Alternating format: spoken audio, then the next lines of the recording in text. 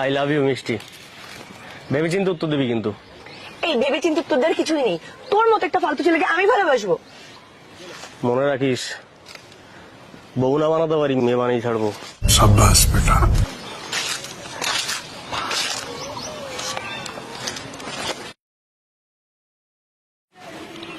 হ্যাঁ ডার্লিং, তুমি খেয়েছো?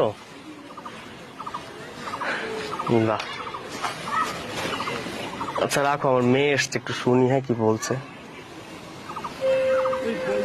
শোন, তুই প্লিজ আমার মাকে ছেড়ে দে।